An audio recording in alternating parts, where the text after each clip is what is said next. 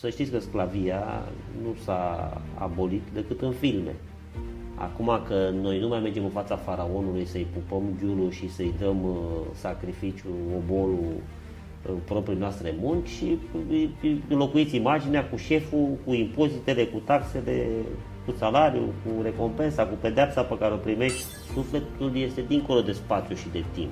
Sufletul este dincolo de orice formă. Sufletul poate îmbrăca, dumnezeiește fiind, toate formele creației. Poate fi și capodoperă, poate fi și mlaștină, poate fi și țânțar, poate fi și zeu, poate fi și stea, poate fi și căcat.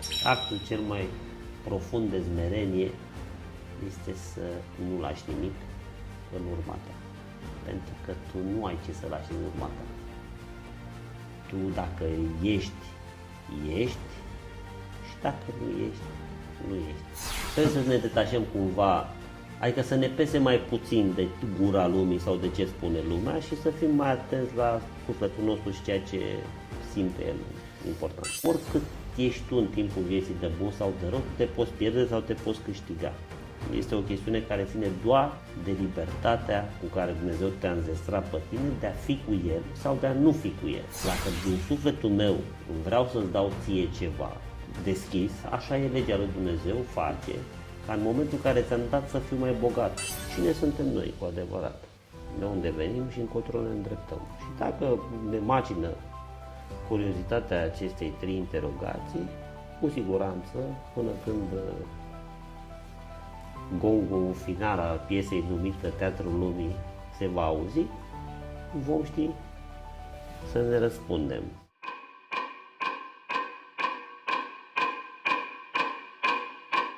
Dragii noștri prieteni, bine v-am găsit! Vrem astăzi să vă expunem o dezbatere împreună cu Oreste Teodorescu despre aceste etaloane, aceste exemple ale conduitei noastre interioare, cum putem noi să ne îmbunătățim calitățile spirituale, emoționale și mentale. Pentru că în trecut știm din această istorie consacrată că prea mulți sfinți au ajuns într-un rang foarte înalt al vieții lor interioare și sufletul lor se spune în limbajul creștin că s-a desăvârșit și s-a mântuit în folosul și gloria eternității sale Dumnezeu. În această idee vrem și noi să mergem mai departe și să ne conducem lumea interioară către această ceremonie a inițierii în tainele noastre interioare, ca să dezgropăm din noi înșine, până la urmă, că noi căutăm lumea și mai puțin în afară, și vrem să ne apropiem de lumea noastră interioară, cât și de lumea eternă, să fie un pod, o legătură, o conexiune care să ne faciliteze această extraordinar și imensă conexiune cu divinitatea. Și pentru asta vă invităm să participați împreună cu psihicul dumneavoastră, cu sufletul dumneavoastră etern în această dezbatere și să vedeți cât de mult se poate integra și inocula în acest suflet care mai departe se dăinuie în folosul nostru și al altor generații. Oreste Teodorescu a devenit un maestru de acces la lumea interioară și face această binecuvântare și blagoslovire pentru oamenii care își doresc să afle tainele lor interioare și de fiecare dată cu o smerenie puternică și un om blajin bun și cu sfințenie, care pare un om desprins dintr-o lume reală, dar care face parte dintre noi și îl putem întâlni și îl putem găsi și îl putem accesa pentru a ne așeza în ceea ce se numește prietenia și a face altuia ce vrei ca el să-ți facă ție. Astfel o să rugăm pe Oreste în această frumoasă zi să ne binecuvânteze prin cuvintele, starea și trăirea lui, întrucât știm că a accesat foarte multe dimensiuni ale sale interioare și percepe și pricepe într-adevăr lucruri care sunt poate pentru noi de nemai întâlnit sau pentru unii deja apuse, ceea ce sperăm să fie. Dar pentru acest lucru vă invităm să verificați aceste noțiuni conceptuale pe care o să vi le prezentăm în această emisiune și vă rugăm să accesați această stare de liniște și această stare meditativă în care contemplarea și starea dumneavoastră meditativă să fie cea care vă conduce prin liniște, prin relaxare în lumea care șade înăuntrul dumneavoastră. Oreste Teodorescu, bine te-am găsit și îți mulțumesc foarte mult că din nou ne ești alături aici. Știu că tot timpul cu o bucurie imensă servești umanitatea, așa cum și ea ți-a dăruit ție din ce în ce mai mult. De câte ori mă prezinți, folosesc niște cuvinte atât de mari încât nu mă recunosc aproape niciodată. Departe de mine și sfințenia și această bucurie eternă și îți mulțumesc frumos în general pentru aprecieri și pentru cuvintele frumoase, dar sunt mult prea umflate pentru mine și trebuie să ne aducem la dispoziția reală a aceea unui om ajuns la o anumită vârstă care uneori a făcut lucruri bune, de cele mai puține ori lucruri foarte bune și de cele mai multe ori lucruri îngrozitoare.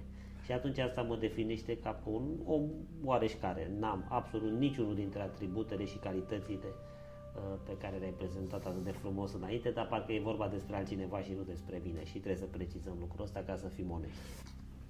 Din afară, obiectiv încercând să privim lucrurile, ai aceste atribute și în dozile pe care le vedem noi, cei care te urmărim și te privim și te înțelegem, sunt mici etaloane ale comportamentului pe care tu le deții și le împărtășești ca niște raze mici de lumină altora care te văd și te urmăresc. Și în acest motiv, să spun că îmi permit să fac această mărturisire, că se simte, se vede și se pricepe această trăire pe care tu o împarți. Iar oamenii care o văd, evident că unii o pot integra, unii o să o respingă, alții nu o să aibă niciun fel de a face cu ea, dar însăși ființa ta emană ceva și pentru asta suntem recunoscători prin faptele pe care tu le faci pentru oameni, că îți dăruiești foarte mult timp din cunoașterea și bogata ta înțelegerea asupra vieții din mai multe planuri și sociale și financiare și în trecut și politice și mai ales religioase, pentru că ai dobândit destul de mult și acum împarți altora. Dar nici nu cred că se poate altfel, adică eu întotdeauna am funcționat pe principiul unui burete care absorbe o informație și inevitabil o dă și altora, adică e sincron.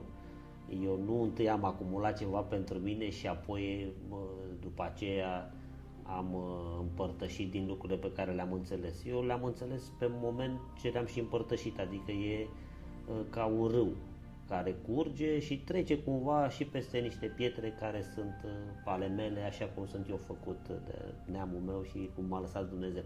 Deci nu e o mare calitate. Eu sunt un învățăcel în același timp cu toți cei care au ceva de învățat de la mine, adică n-am o autoritate sau vreo superioritate care să-mi confere mie statutul de profesor sau de maestru, cum mai prezentat, sub nicio formă. Adică, pur și simplu, sunt o stație prin care anumite informații, ca niște trenuri, au poposit puțin, au plecat de acolo, m-am și grăbit să le transmit mai departe și mai târziu am stat și m-am gândit și eu la ceea ce s-a întâmplat și am învățat și eu odată cu cei care, mă rog, pretinzi tu că au ceva de învățat de la mine. Și totuși te-ai raportat foarte mult în viața ta asupra unor precepte ale unor sfinți care te-au ghidat, ale unor duhovnici care te-au instruit și ai preluat din acele virtuți pe care ei le aveau și ți le-ai însușit prin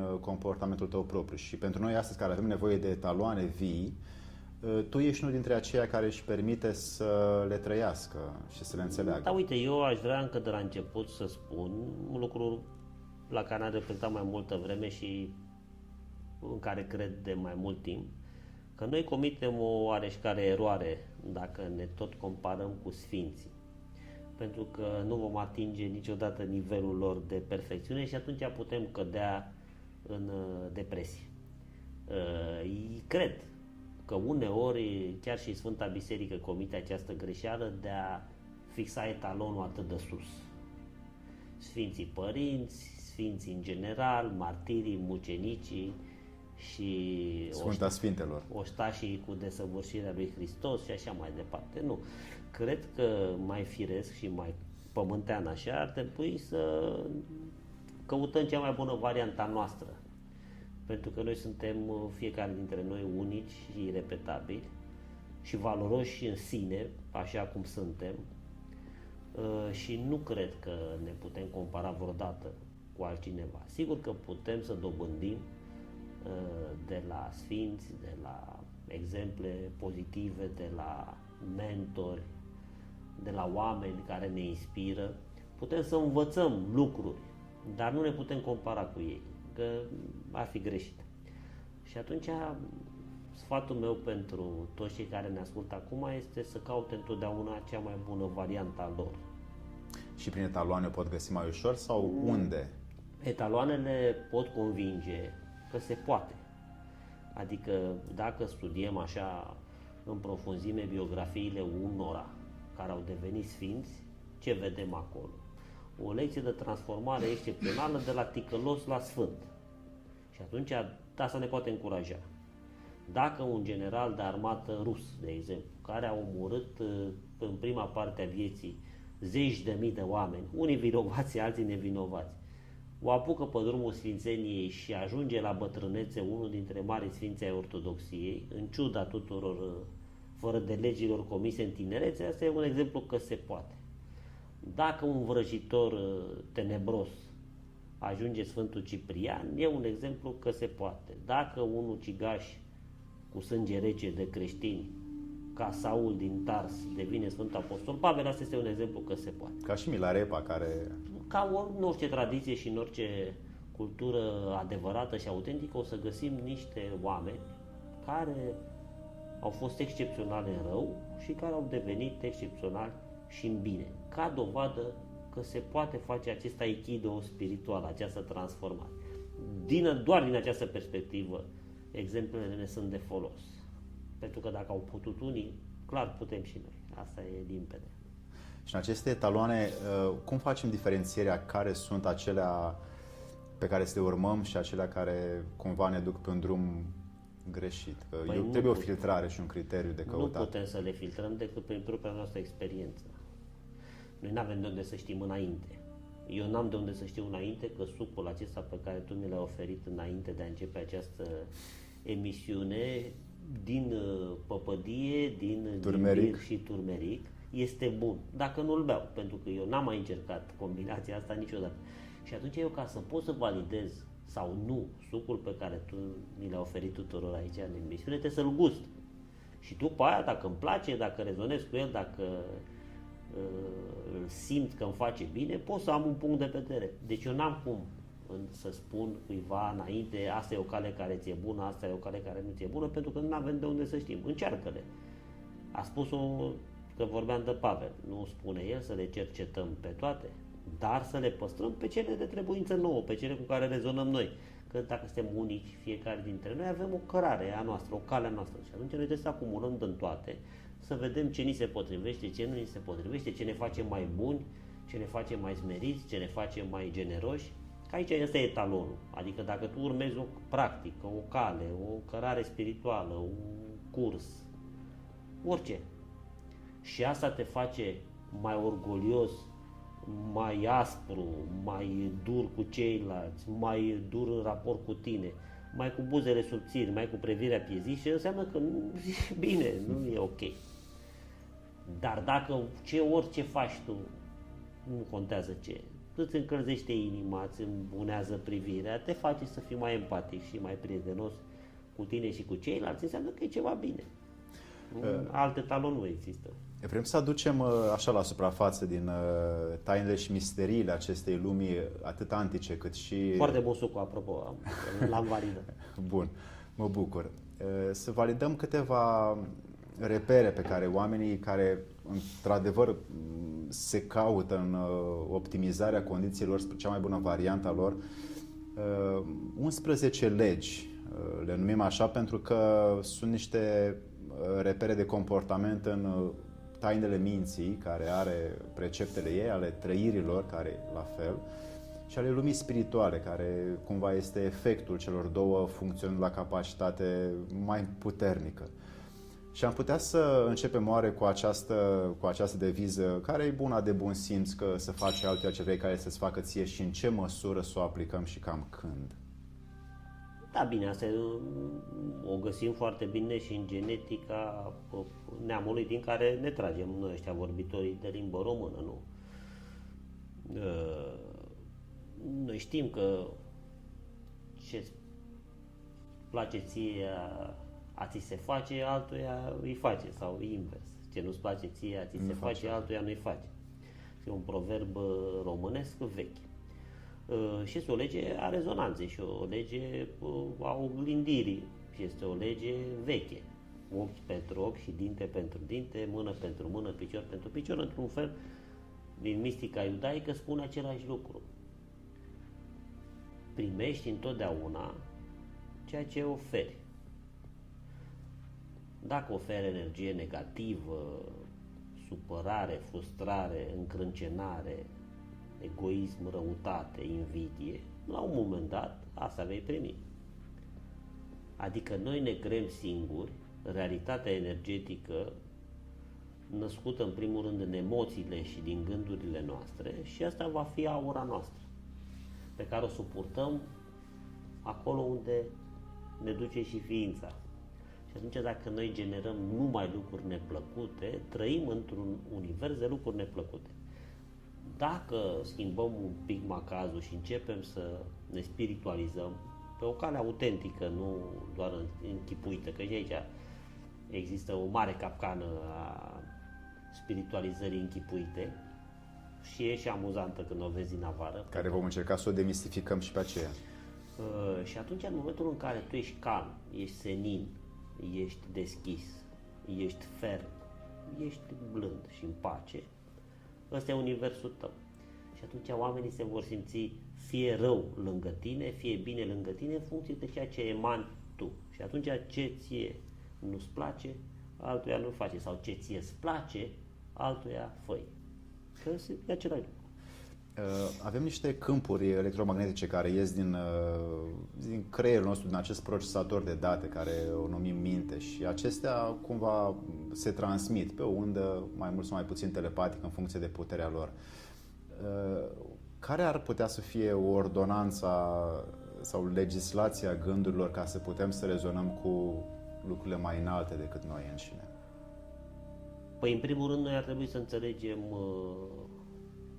dacă cumva gândurile astea pe care noi le vehiculăm de colo-colo sunt toate ale noastre sau dacă nu cumva noi preluăm din gândurile altora și ni le însușim ca și cum ar fi ale noastre. Și când știm că le preluăm și când știm că le determinăm. Aici este o problemă foarte interesantă care nu poate fi rezolvată fără disciplină.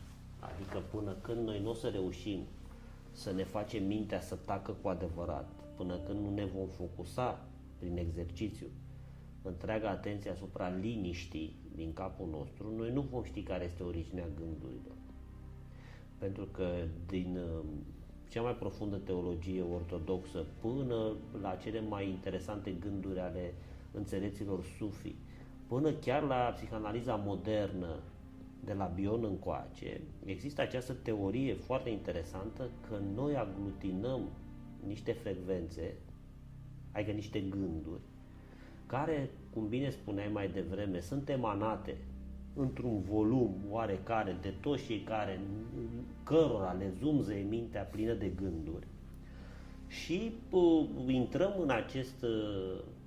în această intersecție a mulțimilor vide sau mai puțin vide, era bine să fie vide, a mulțimilor pline de gânduri și împrumutăm fără să ne dăm seama parte din ele. Îmi povestea Andreea Filip la un podcast de-al meu, Poveste cu Oreste, ceva foarte interesant, că apropo de subiectul pe care l-ai deschis cu gândurile, dacă toate gândurile sunt chiar ale noastre sau nu, și povestea că într-un mediu oarecare, întâlnindu-se cu niște femei de afaceri de succes și foarte bogate, a stat la masă cu o doamnă care atinsese toate culmile materiale ale progresului și civilizației și dintr-o dată și ei Andrei, se părea că gândește în același fel. După care s-a întâlnit cu o altă doamnă care era pe la jumătatea traseului și care avea o grămadă de dileme și de neajunsuri și dintr-o dată Andrei s-a părut că și ea traversează cam același. A rezonat cu fiecare subiect. Deci a rezonat cu fiecare subiect. Și atunci noi, dacă stăm bine și uite, putem face experiența asta într-un autobuz unde e mai multă lume, diversă, unii mai pe gândurile lor, alții mai încrâncenați, alții mai liniștiți și noi putem să stăm în diferite medii și mulțimi de oameni să vedem cum ne influențează ceea ce gândesc ei, nu ceea ce spun neapărat.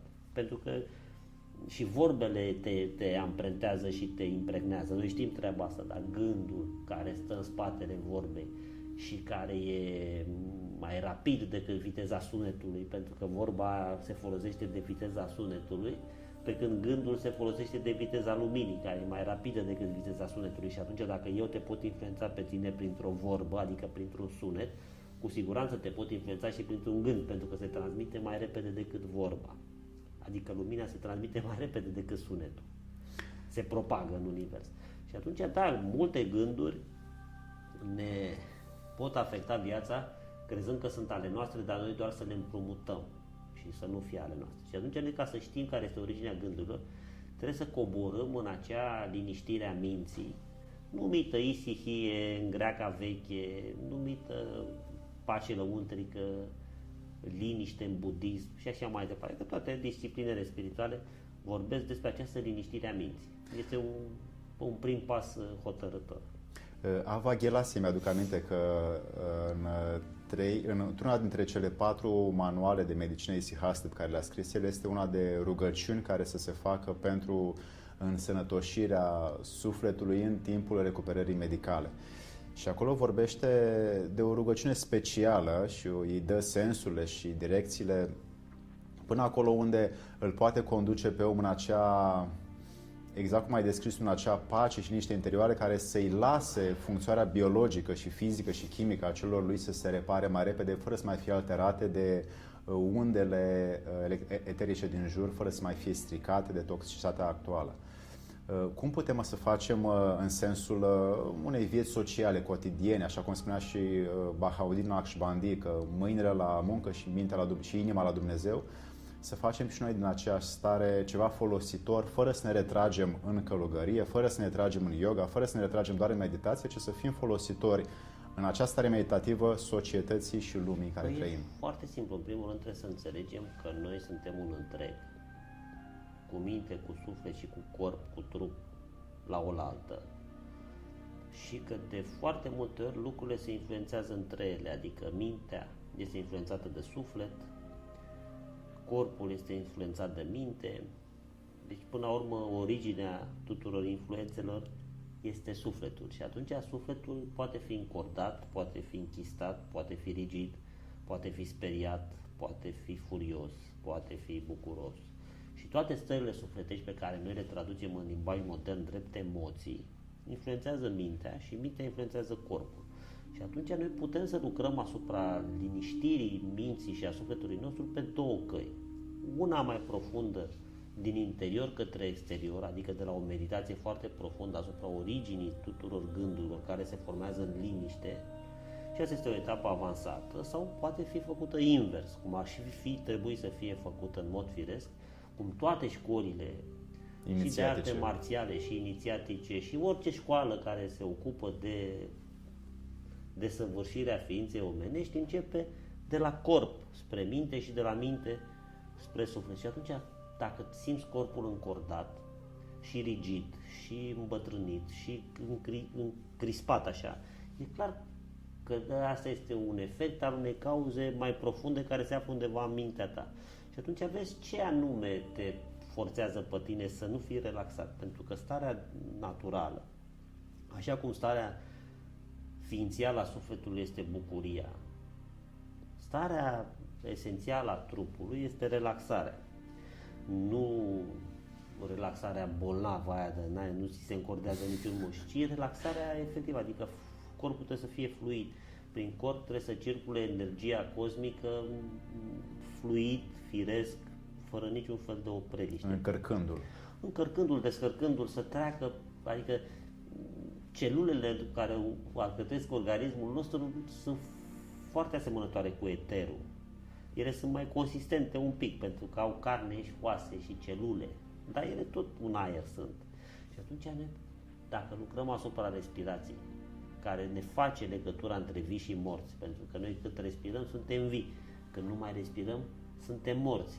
Noi respirând și nerespirând suntem și vii și morți, adică noi suntem și înăuntru și în afară, nu?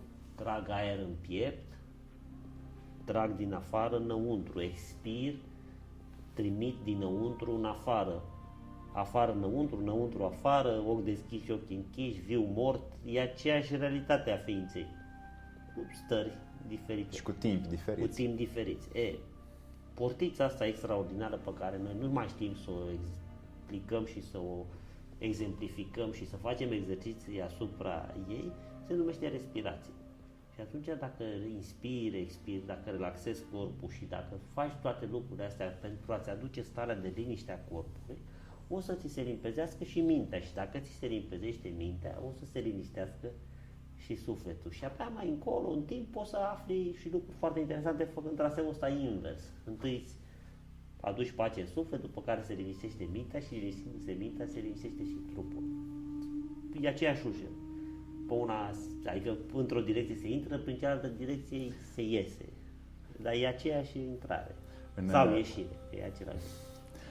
În cultura mezoamericană apar în foarte multe muzee și în templele lor sacre, apare o cupă ca un fel de pocală cu un mic gât și cu suportul și cupa care tot timpul este goală de diferite metale, în principiu argint și aur sau platină.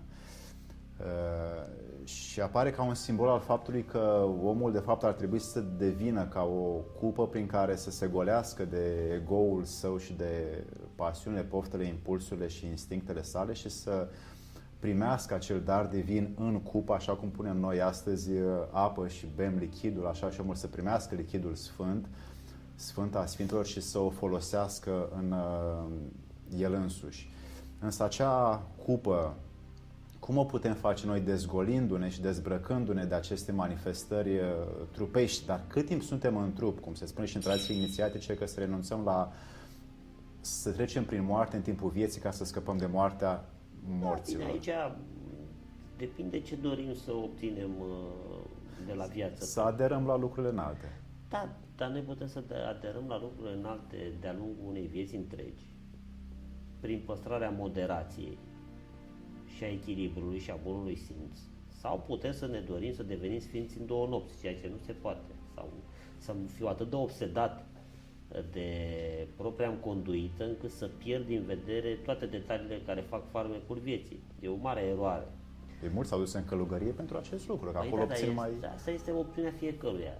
Noi aici, dacă vorbim despre, așa cum ai pus întrebarea, ce putem face fiecare dintre noi rămânând în lume, dar căutând varianta cea mai bună a noastră și fiind niște oameni mai buni decât... Și activi în lume. Da, adică să ne vedem de viața noastră liniștit în duhul lumii, dar cu mintea și cu sufletul în duhul lui adevărului și al lui Dumnezeu. Noi, înainte de toate, trebuie să începem prin a fi moderați, adică prin a nu exagera.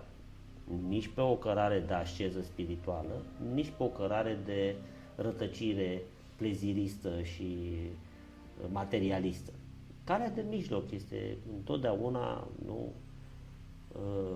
răspunsul pe care înțelepciunea lumii l-a dat la această întrebare. Calea de mijloc a găsit-o și Buddha, calea de mijloc este calea adevărului, nu? Este o cale între lumi. Iar aici se ajunge prin moderație. Adică tu trebuie să guși din toate, dacă te puțin. Și să ai discernământul, să-ți folosești rațiunea și înțelepciunea pe care ți l-a dat Dumnezeu pentru a ști ce lucruri îți fac bine și ce lucruri nu îți fac bine, ce lucruri pe care tu le fac bine celor din jurul tău și ce lucruri nu fac bine. Ai timp pentru asta, trebuie să le experimentezi pe toate.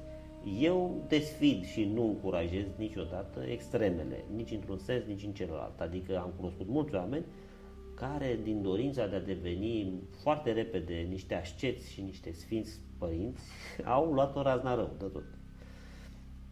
Cum, pe de altă parte, și niște oameni total neinteresați de spiritualitate au băgat în ei nelimitat și le-a crăpat pipotaniei de obezitate. Adică trebuie cumva găsită moderație.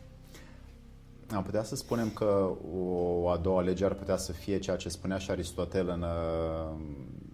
în Anima. Mai întâi să vindeci corpul, mai întâi să vindeci sufletul și după aia să vindeci corpul. În ce manieră astăzi oamenii care își doresc doar vindecarea fizică beneficiază de ea temporar și ulterior datorită unor lipsuri în atitudinile sufletești și aduc boala la loc? Da, nu, cred că noi am înțeles foarte greșit cum funcționăm. În primul rând, noi suntem bolnavi de propria necunoaștere a proprii cărți verzi asupra ființei, că noi nu știm cum funcționăm. Și atunci noi trebuie să înțelegem că există un program pentru fiecare dintre stări. Dacă vrei să fii liniștit, împăcat, relaxat, binevoitor, atent, trebuie să urmezi un program pentru asta. O anume practică sau o anume atitudine? E vorba de o îngemănare între o practică și o atitudine, evident. Adică nu poți doar să-ți imaginezi că faci niște exerciții fizice. Nu, trebuie să faci niște exerciții fizice. Nu poți să-ți imaginezi cum ar fi să te liniștești. Trebuie pur și simplu să te liniștești. Și atunci pentru asta trebuie să lucrezi asupra ta. Creierul nostru e un instrument care se programează. Așa funcționează el. S-a studiat în amănunțime cum funcționează creierul uman și sunt niște băieți foarte deștepți care asta au făcut o viață întreagă și care au ajuns la niște concluzii foarte simple. Creierul este un computer care se programează, se și autoprogramează. Ceea ce e mai rar, din păcate, și mai des făcut de ceilalți. Și se programează.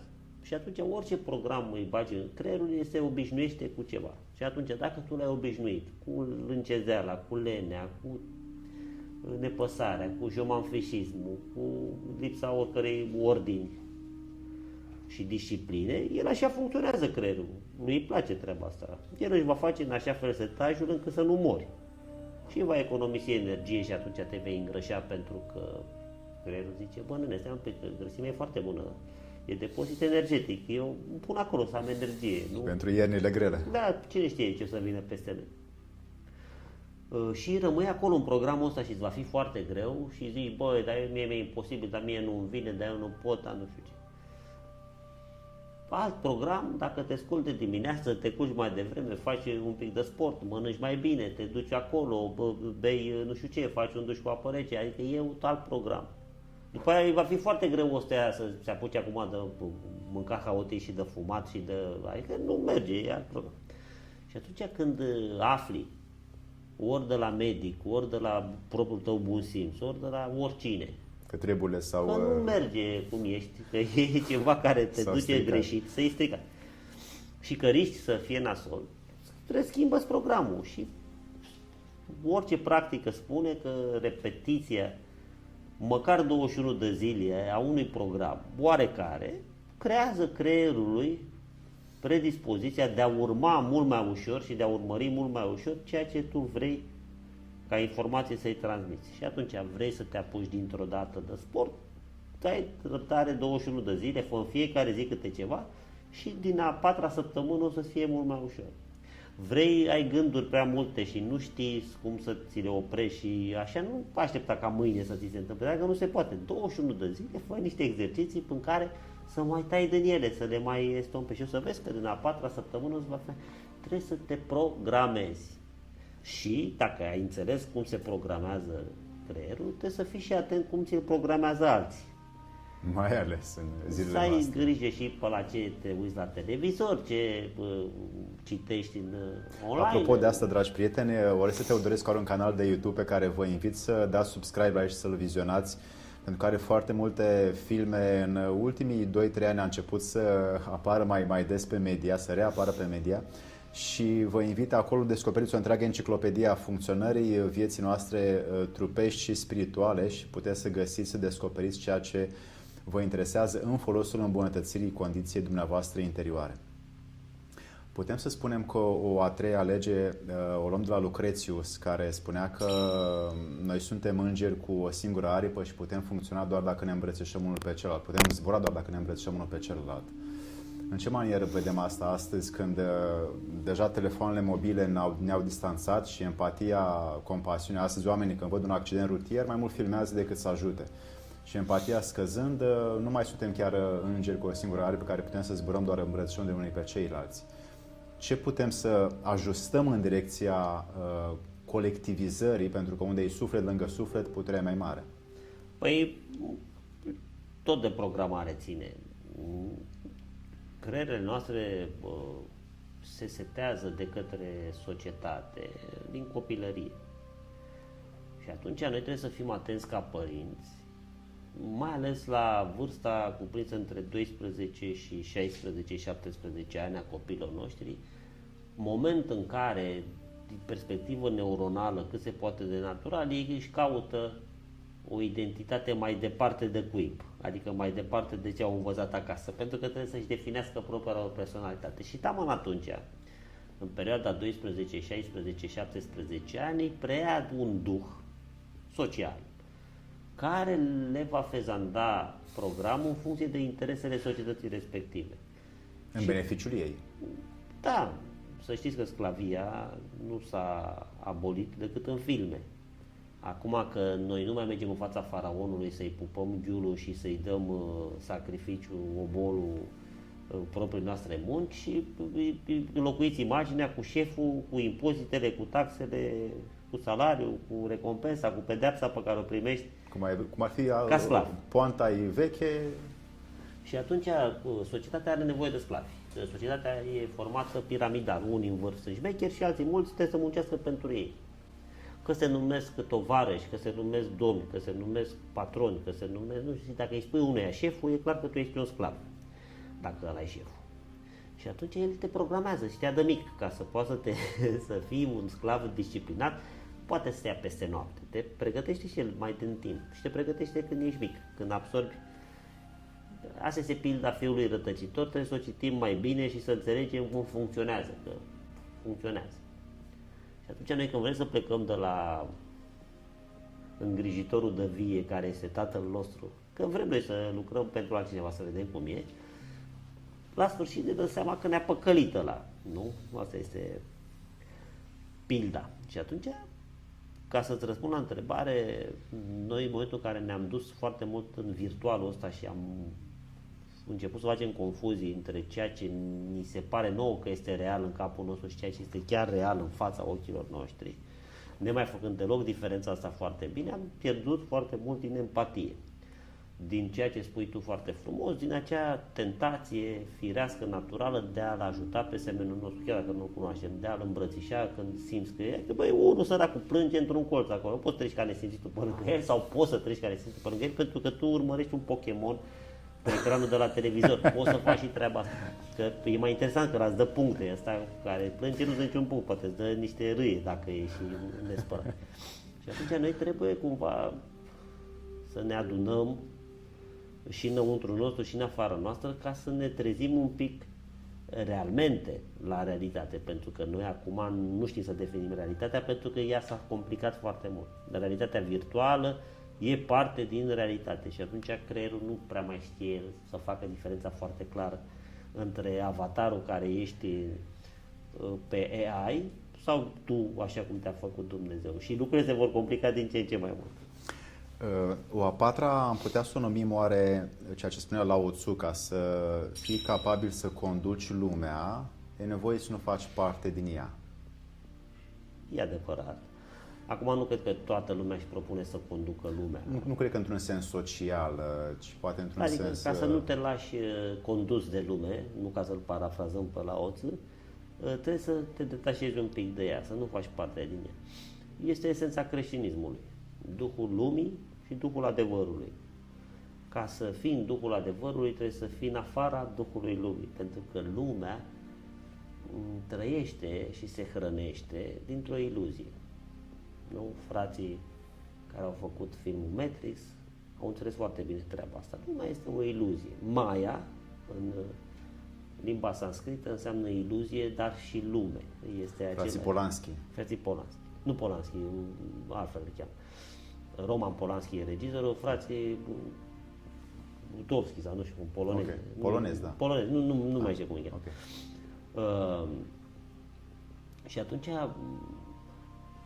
noi trebuie cumva așa să înțelegem că trăim în lume, dar trăim și în adevăr.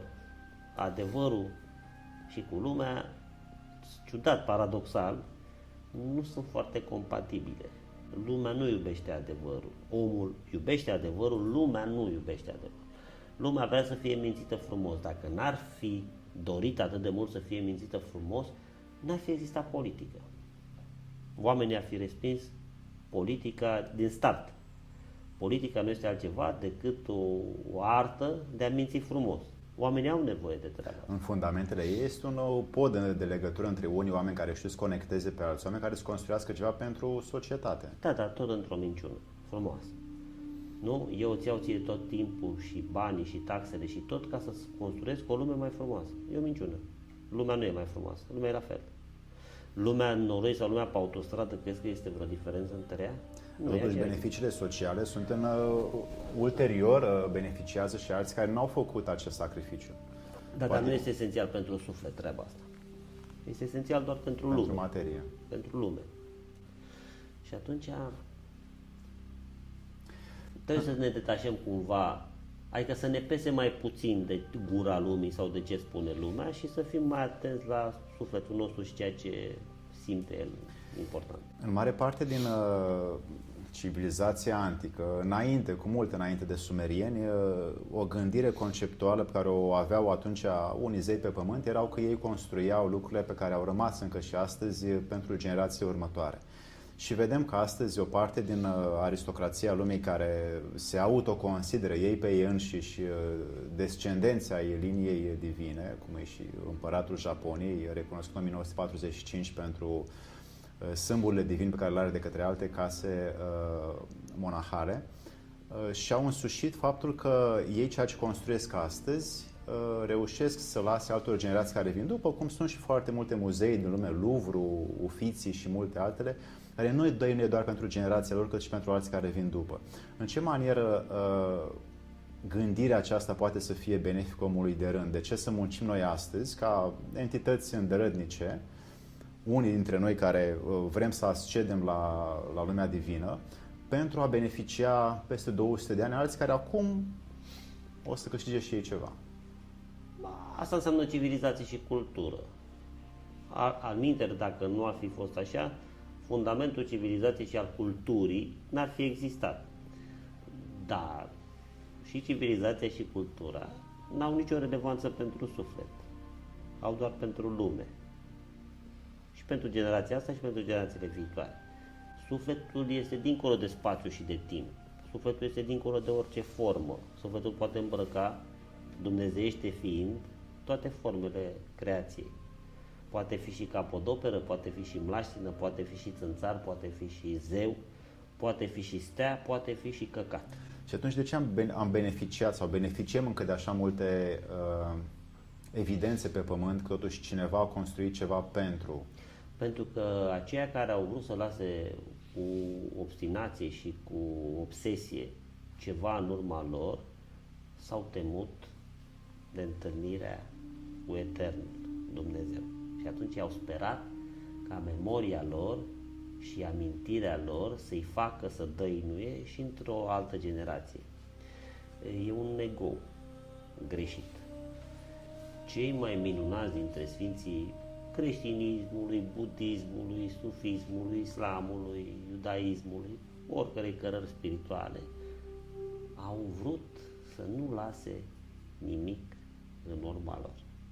Actul cel mai profund de smerenie este să nu lași nimic în urma ta. Pentru că tu nu ai ce să lași în urma ta. Tu dacă ești, ești, și dacă nu ești, nu ești. Și când ești, ești. Mai ai nevoie pentru cel care este de o dovadă că este? Nu. Când vrem să lăsăm dovezi că am fost ceva și uite ce a lăsat împăratul Ludovic al XIV-lea ca moștenire Marii Franțe, înseamnă că Ludovic al XIV-lea nu era.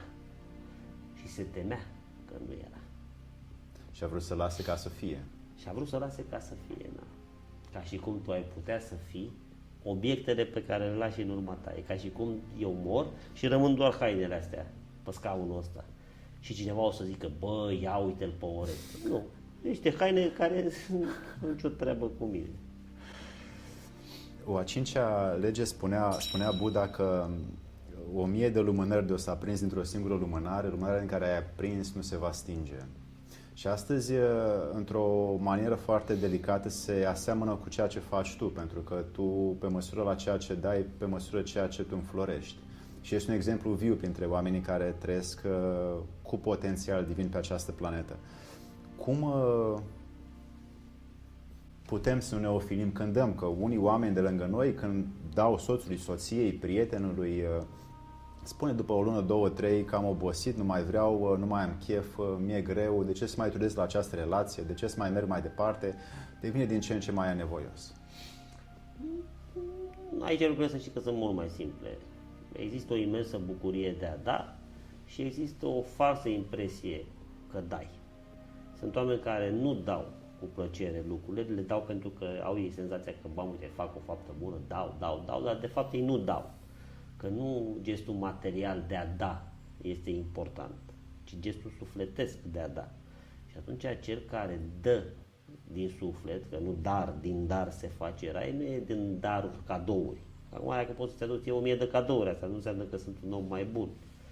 Dar dacă din sufletul meu vreau să-ți dau ție ceva deschis, asta, așa e legea lui Dumnezeu, face ca în momentul în care ți-am dat să fiu mai bogat decât în momentul în care am păstrat pentru mine. De asta e greu de înțeles această lege. Și dacă o facem doar cu mintea omenească, păi eu ți-am dat și ți-am făcut și ți-am drept. Deja dacă ai început să reproșești ce ai făcut, vanitatea vorbește. Înseamnă că n-ai dat de fapt nimic. Ai făcut un efort pe care nici măcar nu l-ai înțeles, să fii mai bun când tu nu erai mai bun. Și să arăți că, mamă, ce generos ești tu când tu nu erai mai generos. Ai făcut doar un efort și efortul ăsta te-a durut într-atât încât la un moment dat ai răbuvnit și ai zis, bai, tu ți-am dat atâta și tu. Cei mai frumoși ani din viața mea ți-am dat. Și exact, tu ce ai făcut cu ei? Păi, prietene, dacă tu știi și ții o contabilitate a darurilor pe care le-ai făcut, înseamnă că ești un impostor. Adică nu ești un generos. Ești doar un chitros care vrea să pozeze într-un om darnic, dar nu e. O a șasea lege pe care îmi aduc aminte de la Boetius spunea că acum cea care trece este timpul, iar acum cea care stă este eternitatea. În ce manieră se poate traduce înțelesul acestei direcții în prezența pe care noi o căutăm prin foarte multe practici spirituale și acolo o obținem, dar după aia când ne întoarcem înapoi la muncă o pierdem? Păi nu, aici noi trebuie să înțelegem dualitatea ființei. Noi suntem o ființă trecătoare și suntem în același timp și o ființă eternă. Personalitatea noastră, persoana noastră, carnea noastră este trecătoare. Se naște, trăiește și moare. Ființa noastră profundă, sinele nostru lăuntric, ăla cel mai adânc ascuns dincolo de inimă și de minte, adică sufletul nostru, Duhul nostru, este etern. Toată teologia raiului și a iadului vorbește despre eternitatea binelui și eternitatea răului. Oamenii răi care mor încrâncenați și răi, ei sunt în eternitate răi. Oamenii care au fost răi toată viața, dar au avut un crâmpei, o clipă, un moment de revelație a bunătății și au murit buni, etern sunt buni, pentru că sufletul este etern și el se reglează în timpul vieții. Și atunci, oricât ești tu în timpul vieții de bun sau de rău, tu te poți pierde sau te poți câștiga. Este o chestiune care ține doar de libertatea cu care Dumnezeu te-a înzestrat pe tine de a fi cu El sau de a fi împotriva, nu, împotriva Lui nu poate să fie nimeni, ci sau de a nu fi cu El. Sunt oameni care vor să fie cu Dumnezeu și oameni care nu vor să fie cu Dumnezeu. Dar mai rămân intențiile versus faptele, că una este intenția în care ei afirmă, da, merg la biserică și sunt un creștin convins sau un evreu că merg la sinagogă și așa fiecare religie și întrucât faptele nu îndeplinesc cerințele și preceptele acelei religii, cum se poate numi un astfel de om care nu trăiește? Se numește căldicel, o spune Hristos foarte clar. Adică tu degeaba dai din gură dacă nu dublezi și cu fapta chestia asta. Dar noi nu, niciunul dintre noi, nimeni, nu este în măsură să-l poată judeca pe celălalt. Noi suntem în măsură doar să ne judecăm într-un fel pe noi, pentru că cu noi trăim de când ne naștem până când murim. Și atunci noi, dacă vrem să ne... Nu mai putem noi fără să judecăm ceva sau pe cineva, că e un morm ăsta al judecării. Și tu ai un tatuaj foarte frumos pe mână. apropo de nu judeca. Dar dacă tot nu putem să ne vindecăm de păcatul judecății, e mai bine să ne judecăm pe noi înșine, adică nu putem să-l judecăm pe altul, că noi nu știm. Nu știm distanța între o intenție și o faptă cât e de lungă sau cât e de mare. Noi nu știm cum lucrează Dumnezeu în celălalt. Noi putem însă să știm cum lucrează în noi, dacă suntem atenți, e bine. O a șaptea lege care am putea să o aducem la suprafață este ceea ce spunea Socrate, că eu sunt vocea, eu nu sunt oasele și carnea, ceea ce tu ai afirmat că este acest duh care ar trebui căutat înăuntru și să-l facem pe el să vorbească și după aia programele sociale și instituționale, educaționale care au apărut de-a lungul existenței, mai ales în perioada de copilărie. Cum se poate vedea sau cum se poate omul percepe în această voce care vorbește și să nu se mai identifice că Diotima din Mantineia l-a inițiat pe Socrate în tainele destrupării în timpul vieții și nu doar la moarte, cum foarte mulți o trăiesc destruparea. Păi asta este inițierea, de fapt. Că acum, dacă noi vorbim despre principiile inițierii, orice inițiere adevărată, autentică, ce înseamnă, de fapt? Să mori înainte să mori. Adică să te destrupezi, să te dezlumezi înainte să părăsești această lume. Adică să faci diferența foarte clară între eternitatea sufletului tău, care nu are nicio legătură cu lumea, și efemeritatea trupului tău, care este din lume. Nu? Din pământ am venit și în pământ ne vom întoarce, dar dacă ne naștem a doua oară din cer, adică din Duh Sfânt, în Duh Sfânt ne vom întoarce, spune Pavel. Și atunci, în funcție de ceea ce noi, de când trăim până când murim, investim cu valoare de adevăr profund, asta va defini până la urmă destinația eternității noastre. Cu Dumnezeu se numește mântuire, sau fără Dumnezeu, care se numește bântuire. Noi suntem o ființă care alegem între mântuire și bântuire. Unii aleg mântuirea, alții aleg bântuirea. Este această libertate pe care Dumnezeu le-a dat-o tuturor celor pe care i-a creat. Am putea să numim oare o a opta lege, ceea ce spunea Platon, de fapt Aristocle prin Platon, că în banchetul, în simpozium, că divinația este practica care îi apropie pe oameni de zei. În ce măsură astăzi în circuitul contemporan mai găsim această practică de idolatrizare prietenească și afectuoasă a omului cu altul de lângă el? În ce manieră se mai propagă acest imens bun simț în care ne tratăm aproapele ca fiind un mic zeu care vrea și el să se unească cu întregul Dumnezeu? Da, e foarte complicat perspectiva pe care o propui, pentru că sunt două nuanțe foarte opuse aici. În momentul în care divinizăm o persoană din carne și oase, adică o idolatrizăm, adică o facem chip cioplit așa și ne închinăm ei și spunem, Domne, Hirohito e zeu. Ceea ce nu cred că asta a vrut să spună Aristotle. Dar trebuie să lămurim. Corect. Deci asta este o cale greșită de a înzestra o persoană la fel de trecătoare ca și tine prin viață, cu niște calități dumnezeiești, din astea pe care plasează persoana respectivă pe un statut care este doar în capul nostru. Este greșit. Sau, ceea ce mai mult ca sigur a vrut să spună autorul, și probabil aici este și sensul întrebării tale, acel principiu hindus al lui Namaste, adică divinitatea din mine salută cumva divinitatea din tine și atunci eu recunosc că și în tine este principiul lui Dumnezeu și atunci te valorizez și te respect pentru că știu că tu locuiești împreună cu Dumnezeu. Și atunci asta este una dintre cele mai profunde forme de respect asupra celuilalt. Și cerșetorul ăla, și gunoierul ăla, și soldatul ăla, și împăratul ăla, și oricine, chit că el este sau nu este conștient de propria lui natură, eu, dacă sunt conștient că el este Fiul lui Dumnezeu, adică locuiește cu Dumnezeu, n-am decât altfel decât să-l respect.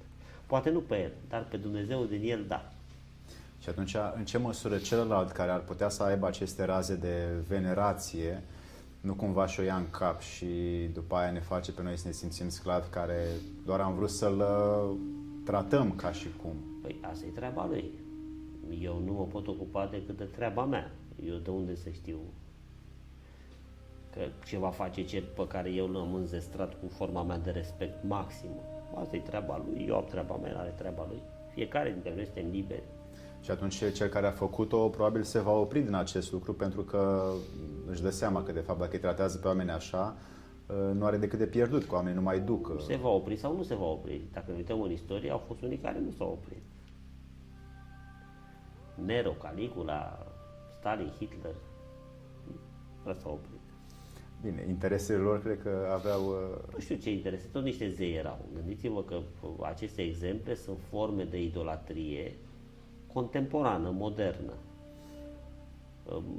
Într-o formă mai benignă și mai puțin periculoasă este idolatria influencerilor, adică Doamne, a apărut Michael Jackson, și am leșinat, sau nu știu cine.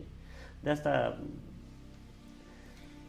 încărcarea cu pompoșenie și cu titluri din astea de glorie pe niște oameni, indiferent din ce zonă vin, nu e ok nici pentru tine ca om, nici pentru ăla săracul, că îi pui așa niște coroane, poate ăla te ia chiar în serios, știi?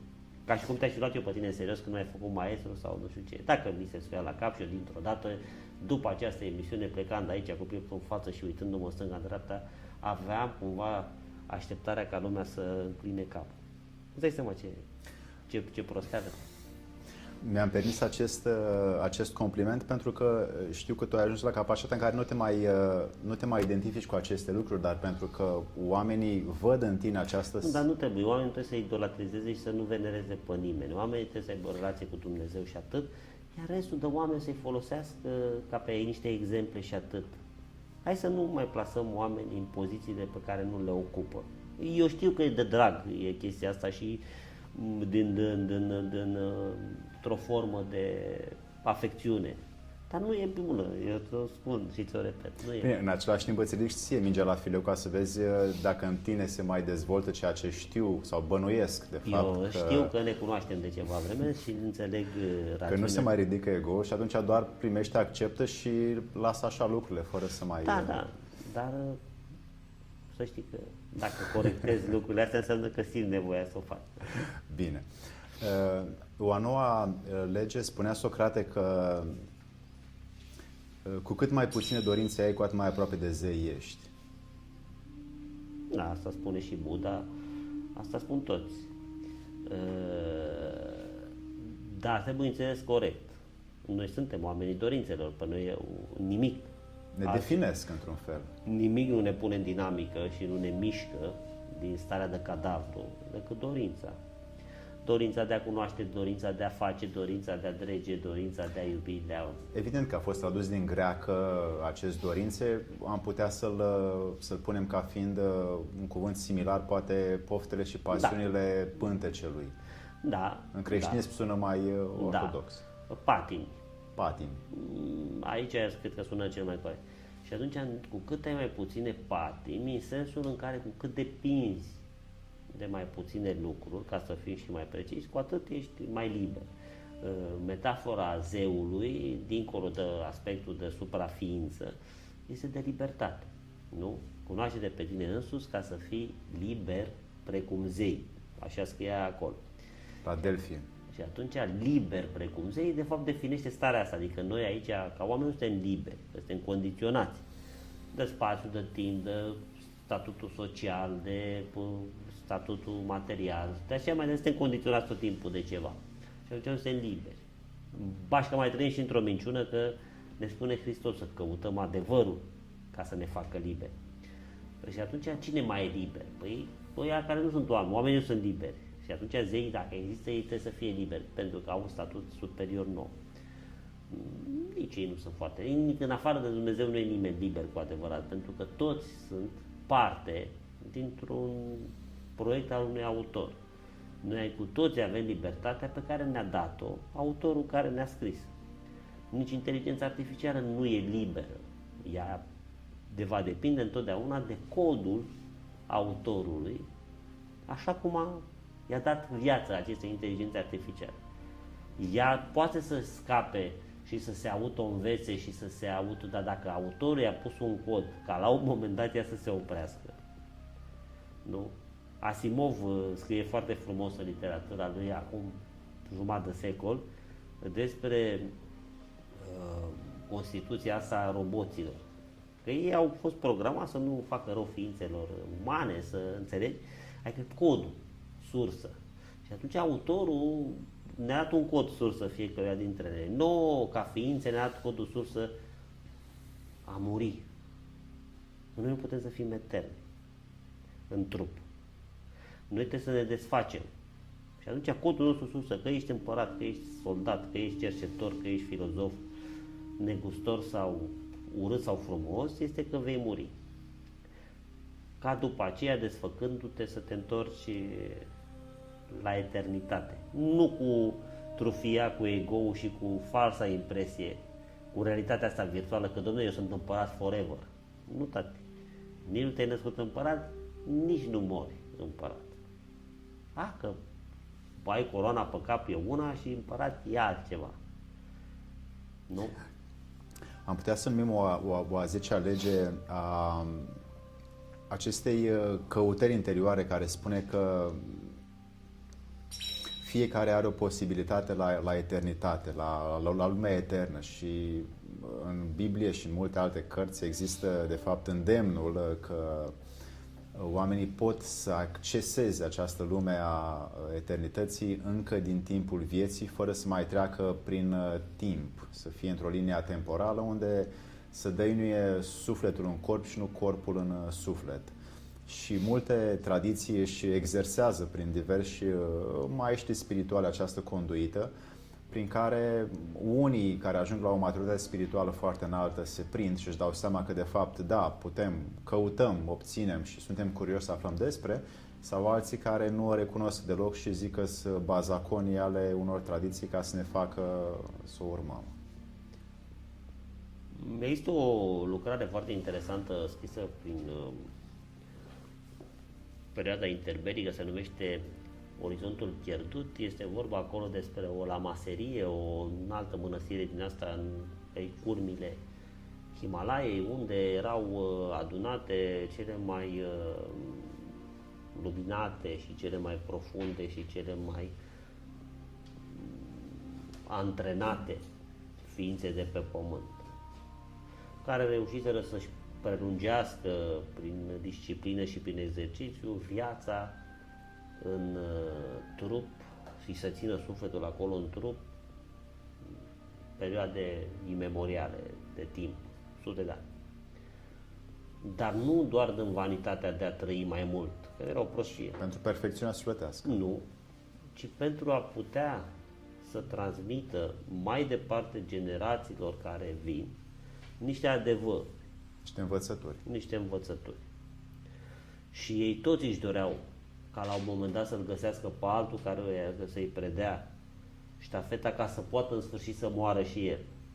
Ca să-și ducă misiunea la îndeplinire. Da, și că în fiecare generație se căutau oameni din ăștia înțelepți cu asemenea ca să mai scapă, mă frate, sunt de 300 de ani, țin povara asta, vreau să mor, să mă întorc la tata. Uite, vrei tu să fii urmașul meu? Și atunci se prelua așa. E o chestie foarte interesantă, e un roman foarte interesant. Scris de un englez, îmi scapă numele, știu doar că se numește Orizontul pierdut. Și atunci degeaba încercăm să fugim de ceea ce se numește întoarcerea la tata, care se numește moarte. E o altă piesă de teatru foarte interesantă care se numește Teatrul Lumii, scrisă de un spaniol în secolul XVII, în care spune, domne, viața e un spectacol de teatru scris de Dumnezeu, iar teatrul în sine, scaunele, scena, decorurile sunt făcute de Duhul Lumii, la cererea lui Dumnezeu. Și fiecare venim în viața asta jucând câte un rol. La final murim toți. Acum, dacă autorul și regizorul și Duhul Lumii constată că omul și-a jucat rolul bine, cu credință și cu înțelepciune, este trezit frumos de rolul de actor și spune, gata, doamne, ți-ai făcut treaba. Dacă nu, nu. Mă întreb însă în ce manieră această căutare spirituală a eternității, a imortalității, dar nu cea fizice, ar putea să fie veridică pentru oamenii care trăiesc astăzi în lumea AI-ului și stând pe scaun într-o corporație. Nu știu, poate să fie veridică sau neveridică pentru un om în orice condiție, nu doar pe scaun în fața AI-ului. Este o chestiune de credință și este o chestiune de raport al lui Dumnezeu cu fiecare dintre noi. Eu sunt absolut convins că nu există om pe fața pământului pe care să nu-l viziteze Dumnezeu. Că oamenii pot să accepte treaba asta sau să nu accepte treaba asta, asta e alegerea omului respectiv. Dar eu nu cred că există om, nu cred că există ființă făcută de Dumnezeu pe care Dumnezeu să nu o viziteze pentru a o mântui. Omul poate să fie și îndărătnic și să nu vrea. Da, asta e altceva. Dragul meu Oreste, și a 11-a lege am putea să o numim oare acest ritm, această căutare continuă, fără oprire a sâmburelui care este înăuntru și care crește. La urmă, întorcându-ne la noi înșine, ne întoarcem la piciorul pe care îl agățăm de Dumnezeu. Cum am putea să ne amintim mai mult de noi înșine și să stăm în noi înșine în timp ce facem activitățile sociale cotidiene, prietenești, relaționale, de business, întru folosul și gloria eternității sale? Dar nu trebuie să ne propunem treaba asta, noi trebuie să fim niște oameni firești. Noi trebuie să fim niște oameni conștienți de faptul că avem niște vârste pe care trebuie să le traversăm bucurându-ne de ele și trebuie la un moment dat să ne răspundem la o întrebare pe care ori o rostim, ori o rostesc alții și ne sună ca un ecou nou în cap. Cine suntem noi cu adevărat? De unde venim și încotro ne îndreptăm? Și dacă ne macină curiozitatea acestei trei interogații, cu siguranță, până când gongul final al piesei numită Teatrul Lumii se va auzi, vom ști să ne răspundem dacă ne interesează. Dacă nu ne interesează. Putem să trăim până murim. Oricum facem același lucru. Uneori în cunoștință de cauză, alteori în necunoștință de cauză. Noi alegem. Această existență pe care noi o avem ar putea să fie condusă și către această artă prin care încheiem capitolul vieții și în ce manieră se poate face căutarea sau înțelegerea ultimului pas pe care l-avem de făcut în viață, să gestionăm și să trecem fără frici și fără temeri într-o lume eternă? Nu cred că putem să știm asta înainte de a ne afla chiar în fața acestei. Dar oare dificultățile și dramele și tragediile vieții nu cumva ne-ar putea învăța câte ceva despre... Ele, în mod sigur, de asta ni se și dau, ca să învățăm ceva din ele, dar, repet, omul poate fi foarte încăpățânat și foarte îndărătnic și foarte puțin permeabil la spiritualitate. Poate fi. Sau poate, într-o fracțiune de secundă, să înțeleagă lucrurile. Nu știm despre ceilalți, dar cu siguranță vom ști despre noi când ne vom afla acolo. Și atunci vom să știm fiecare dintre noi cum suntem, de fapt. Dragii noștri, evident cu acest optimism o să încheiem emisiunea. Vă mulțumim foarte mult pentru susținerea dumneavoastră. Pe YouTube îl găsiți pe Oreste Teodorescu, îl căutați și vedeți ce filme senzaționale are și în care puteți să descoperiți multe din treburile pe care oamenii le caută despre suflet și corp și mai ales și lumile astea antice care ne-au dat o istorie senzațională. Și vă invit să dați acolo un subscribe ca să vedeți ce puteți să adunați, să câștigați, să învățați de pe urma muncii sale. Vreau să-ți mulțumesc foarte mult pentru ceea ce tu dăruiești, și eu pentru ceea ce faci pentru oameni și mai departe să ne vedem cu bine. La revedere, prieteni!